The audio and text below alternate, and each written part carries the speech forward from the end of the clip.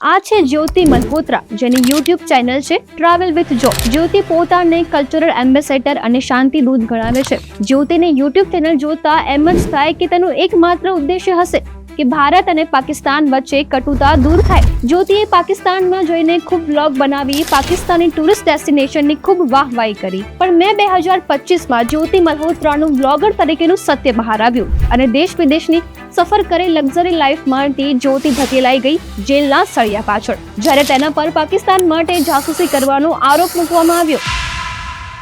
નમસ્કાર, તમે જોઈ રહ્યા છો ઓફબીટ સ્ટોરીઝ. હું વિધિ. સવાલ એ થાય છે કે હરિયાણાની યુટ્યુબર જ્યોતિ મલ્હોત્રા આંતરરાષ્ટ્રીય જાસૂસ કેવી રીતે બની? જ્યોતિ મલ્હોત્રાએ પોતાના ટ્રાવેલ બ્લોગ્સથી લોકપ્રિયતા મેળવી. તે ભારત પાકિસ્તાન જઈને ટ્રાવેલ બ્લોગ બનાવનાર બહુ ઓછા બ્લોગર્સ પૈકી એક હતી જે આસાનીથી પાકિસ્તાન જઈ શકતી હતી, કેમ કે જે રીતે ભારત પાકિસ્તાનના સંબંધો રહ્યા છે ત્યાં જઈને મહેમાન ગતિ માણવી એ અશક્ય વાત છે. અને એટલે જ જ્યોતિ મલ્હોત્રાના પાકિસ્તાન જઈને બનાવેલા વિડીયો ખૂબ વાયરલ થયા. લોકોએ તેને અપાર પ્રેમ આપ્યો અને થોડા સમયમાં જ જ્યોતિની યુટ્યુબ ચેનલમાં લાખો સબસ્ક્રાઇબર્સ થઈ ગયા. આ વ્લોગ્સ અને રંગબેરંગી દુનિયા પાછળ એક મોટું રહસ્ય છુપાયેલું હતું જે મે 2025માં પ્રકાશમાં આવ્યું, જ્યારે હરિયાણા પોલીસે જ્યોતિ મલ્હોત્રાની હાઈ પ્રોફાઇલ જાસૂસી કેસમાં ધરપકડ કરી. જ્યોતિ પર આરોપ છે કે તેણે ભારતની સુરક્ષા સંબંધિત અત્યંત ગુપ્ત માહિતી પાકિસ્તાનની ગુપ્તચર એજન્સી ISI ને મોકલી છે. તપાસમાં જાણવા મળ્યું છે કે જ્યોતિ ગુપ્ત માહિતી મોકલવા માટે WhatsApp, ટેલિગ્રામ અને સ્નેપચેટ જેવા એન્ક્રિપ્ટેડ પ્લેટફોર્મનો ઉપયોગ કરતી હતી.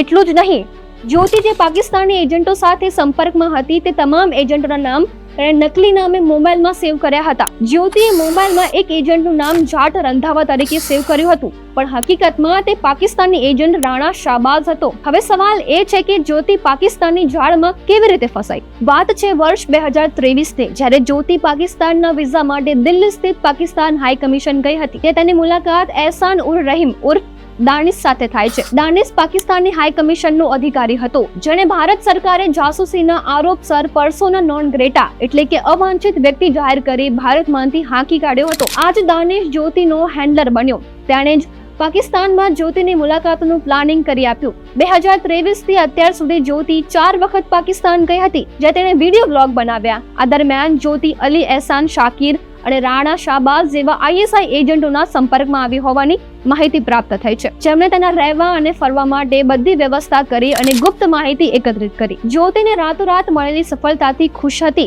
તેને વિડીયો પર લાખો વ્યૂઝ આવતા હતા, પણ આવા જ એક વિડીયોમાં જ્યોતિએ દાનિશનું પણ શૂટિંગ કર્યું. રમઝાન દરમિયાન પાકિસ્તાનના એક વિડીયોમાં તેણે દાનિશ અને તેની પત્નીનો પરિચય કરાવ્યો. એટલું જ નહીં, તેણે દાનિશને હિંસારમાં તેના ઘરે ભોજન માટે પણ આમંત્રણ આપ્યું. વાત અહીં પૂરી નથી થતી.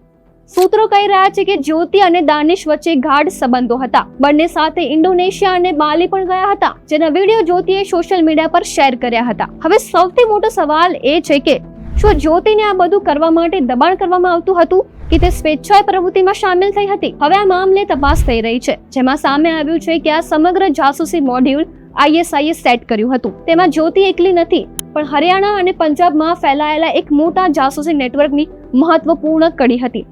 આ કેસમાં અન્ય લોકોની પણ ધરપકડ કરવામાં આવી છે. જ્યોતિના કાશ્મીર પ્રવાસને લઈને અનેક સવાલ થઈ રહ્યા છે.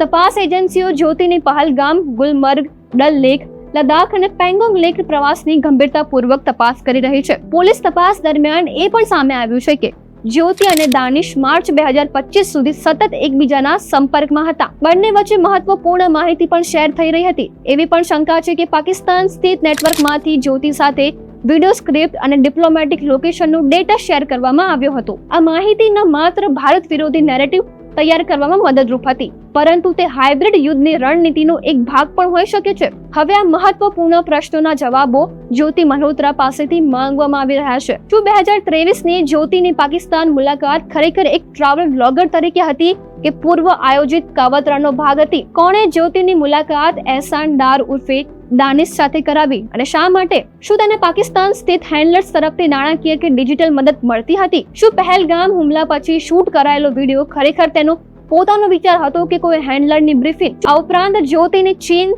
દુબઈ, બાંગ્લાદેશ અને ભૂટાનની યાત્રાઓ માટે રૂપિયા ક્યાંથી આવ્યા તેની પણ તપાસ થઈ રહી છે. શું આ મુલાકાતોનો ઉપયોગ માહિતી એકત્રિત કરવા કે ડિજિટલ નેરેટિવ ફેલાવવા માટે કરવામાં આવતો હતો? દોસ્તો, એ જાણવું જરૂરી છે કે દાનિશ દેશ છોડ્યા પછી તરત જ જ્યોતિની ધરપકડ કરવામાં આવી હતી.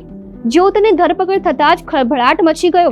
લોકોએ તેના જૂના વિડીયો કાઢીને તેના પર પ્રશ્નો ઉઠાવવાનું શરૂ કર્યું. આવા જ એક વિડીયોમાં જ્યોતિ પાકિસ્તાનના પંજાબ પ્રાંતના મુખ્યમંત્રી મરિયમ નવાઝ શરીફ સાથે જોવા મળી. આ વિડીયો વર્ષ 2025માં જ શૂટ કરવામાં આવ્યો હતો. જ્યોતિ પર ઓફિશિયલ સિક્રેટ એક્ટની કલમ 3, 4 અને 5 અને આઈપીસી કલમ 152 હેઠળ ગુનો નોંધવામાં આવ્યો છે.